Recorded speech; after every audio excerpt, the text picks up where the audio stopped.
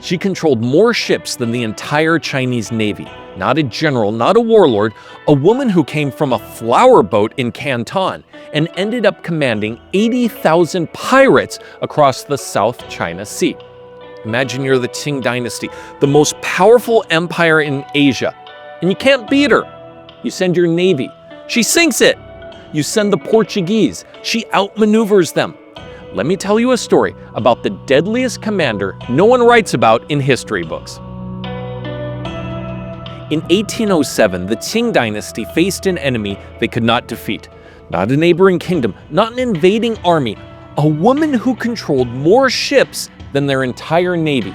And she negotiated from a position of absolute power. The early 1800s in Guǎngzhōu, also called Canton, was already ancient by then. A trading port where merchants from across the world had carved out their empires. The Pearl River ran thick with junks and sampans, boats stacked so close together you could walk from one to the other without touching the water. On those boats lived women who worked the flower boats. Zhèng Yī Sǎo, meaning the wife of Zheng Yi, was one of them. Now, her real name isn't recorded. We know her only as his wife, and then, after his death, by what she became. She moved through the boats as other women did, visible and invisible both. In 1807, she married Zheng Yi, a pirate captain who commanded the Hongqi Bang, Red Flag Fleet. Now, the Red Flag Fleet wasn't a handful of outlaws in a rowboat, it was an empire on water. 1,800 ships, 70 to 80,000 men, more firepower than the imperial navy in the southern provinces. Zheng Yi had done something no one else had managed. He united the pirates. The red flag, the black flag, the white flag, the blue flag, all the scattered fleets answered to him. They called him the Pirate King. And then he died. It was sudden. A stroke, some accounts say. Others claim poison. Whatever took him, he was gone. And a woman who'd been invisible stepped into command.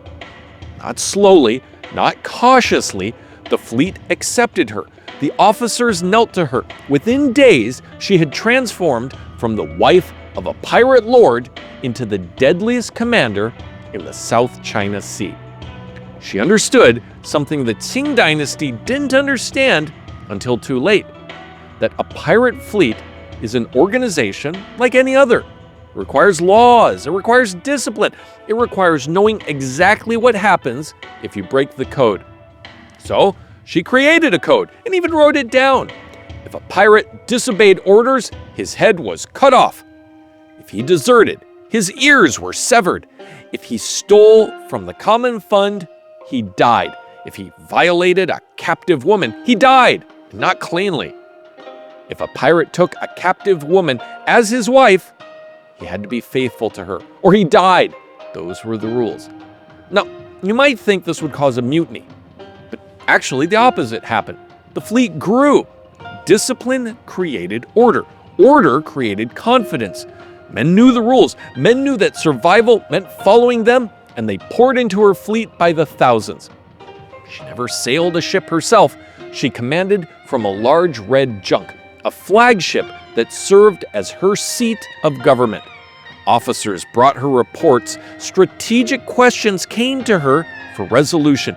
The fleet moved according to her will. And her will was absolute. The Portuguese in Macau sent warships. They lost. The British traders launched their own naval response. They lost. The Qing Dynasty sent admiral after admiral with fresh battalions. They lost. Not once, not twice, repeatedly, systematically, humiliatingly. The woman on the red junk was defeating everyone. By 1810, the Chinese government stopped calling her a pirate and started calling her a problem that no amount of military force could solve. So, they changed strategy. They stopped fighting. They sent envoys. They offered amnesty. But she didn't accept amnesty like a defeated enemy begging for mercy. She negotiated from absolute power. She demanded that her fleet retain its wealth, all of it, not a portion, all. The government agreed. She demanded that her officers be given military titles and positions in the Qing Dynasty's navy.